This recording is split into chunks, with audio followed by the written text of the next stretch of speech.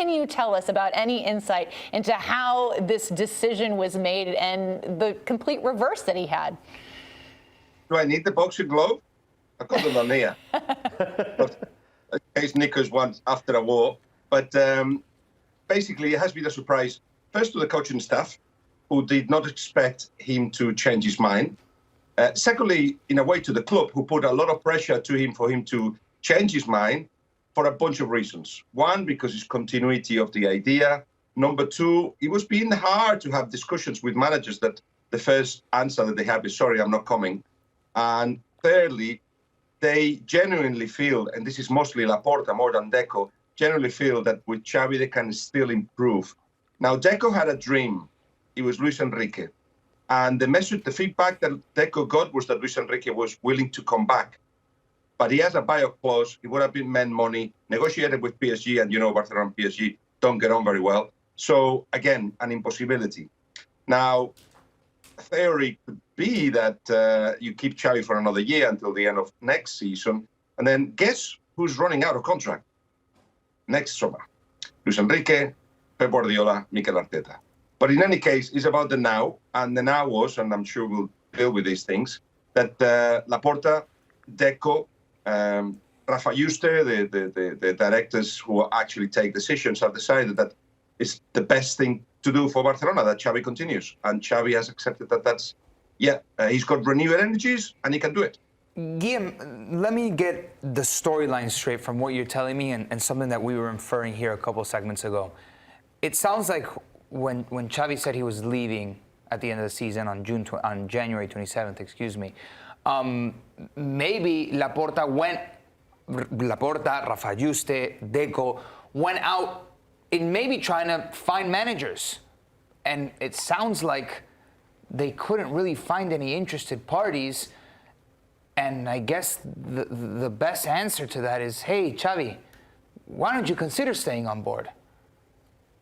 Not exactly, Nico, because it is true that from the beginning, officially anyway, and especially Laporta, he said, I want Xavi to continue. I really want Xavi to continue. And the pressure was amounting because all of a sudden, after Xavi decided to leave, a bunch of things started happening for Barcelona, positive things.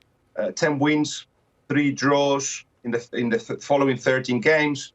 Yes, of course, Real Madrid and PSG showed Barcelona that at a different level, but they have competed better in Europe than they did the previous 2 seasons or 3 seasons.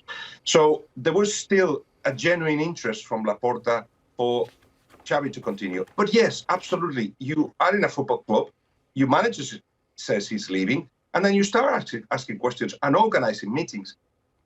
For instance, Hansi Flick, there was going to be a meeting with him, and that was organized by his agent, Pini Zahavi, who's very close to Laporta. There was other agents that were proposing names on the table. Rafa Marquez knew that it was a possibility for him to actually be in charge. They had to do that. As I said, Deco wanted Luis Enrique, and the feedback he got was very, very positive.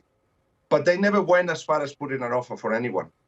And in the last 2-3 weeks, the message that the board was getting was that Xavi was thinking about it, that he had, as I said earlier, renewed energies, that the things that he'd done to improve the side were working, that he felt he was backed by the board and by the players. Perhaps for the first time since he arrived, he felt that there was a unanimous consensus that he was a good manager for the side. And there was something else that's important. Lewandowski, amongst others, privately and publicly said, the way we train is not good enough. They changed that. They made it more intense. And when you do that, the consequences of it appear 2-3 weeks later. So the first, after Xavi saying, I'm leaving, training changed, and they got the results, but then performance started coming a few weeks later. So Xavi feels that with some changes, and that doesn't have to be with the coaching staff, and understands the financial situation, Barcelona will compete better, and he's happy to be in charge because he thinks he knows the solution. Guillem, do you think this sort of sends a mixed message to the players? Even though the players were sort of clamoring for him to stay, or from the reports looking for him to stay, do you think this sends a mixed message, or do you think this sort of renews the consistency that he's had since he started and sort of allows him to continue next season? Let's go back to the game against Villarreal, and this will give you the answer. When Xavi goes into the press conference to say, I'm leaving, he was following an impulse. He felt that he wasn't being properly protected by the club, that the players didn't fully, all of them, believe in him, that the entourage was being too cruel on his achievements. And he didn't even tell the coaching staff. There was no strategy behind it, really. It was just an impulse. I'm going. I don't need this. I need to be with my family. And the family were happy. So on the back of that, not only there was a change of training, and that had consequences, the club started backing him up. And Laporta, every time he could, said, I want Xavi to stay. He became the ambassador of the foundation. And all of a sudden, he thought like, actually, the club do want me. And going back to your question, the players, some of them, like Sergio Roberto, actually went to him and said, we want you to stay. What is it that we have to do for you to stay? And he were like, oh, okay, so I've got the backing of the players as well. And all of a sudden, the decision didn't make a lot of sense. Why am I leaving? I've got a year left in my contract. Maybe I should just stay and continue with the project. It sounds... I understand the timeline. The message is a little bit incoherent.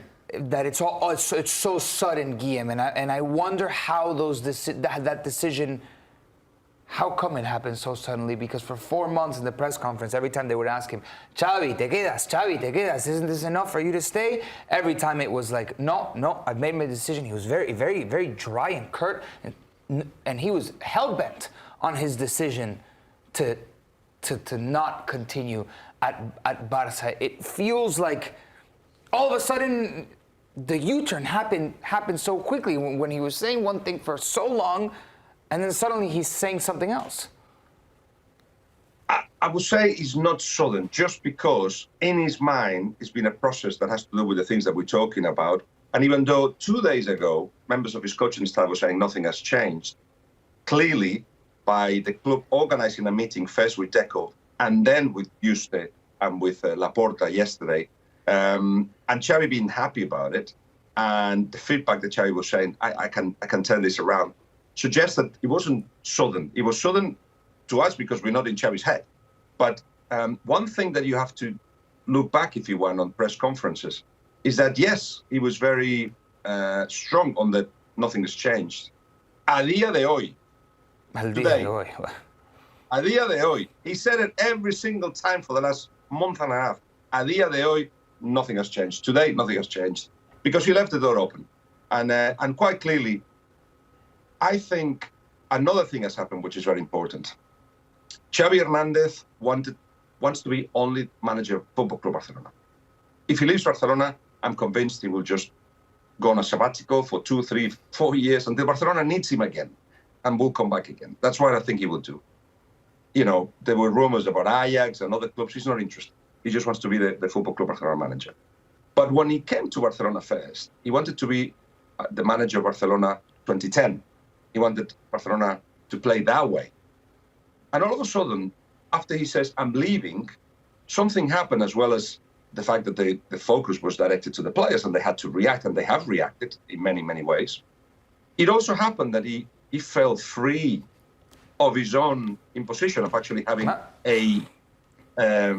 There's sparkles everywhere. I don't know where that came from. But anyway, Miami, baby. Yeah. It's just, I was about to say something big, and then that's when the sparkles come up. No, just very quickly, he thought, do you know what? I don't need to be imposed by this style. What do I have in my team? Fast players. I mean, Yamal, Rafinha, a striker like Lewandowski that can hold the ball, that can play long with him, I can play more direct, I can play counter-attack. And Barcelona started playing better. So he became a better manager. Not just a manager of Barcelona 2010, but a better manager. So I think he feels like, I need another shot at this with everything I've learned, especially in the last couple of months, even 3 months.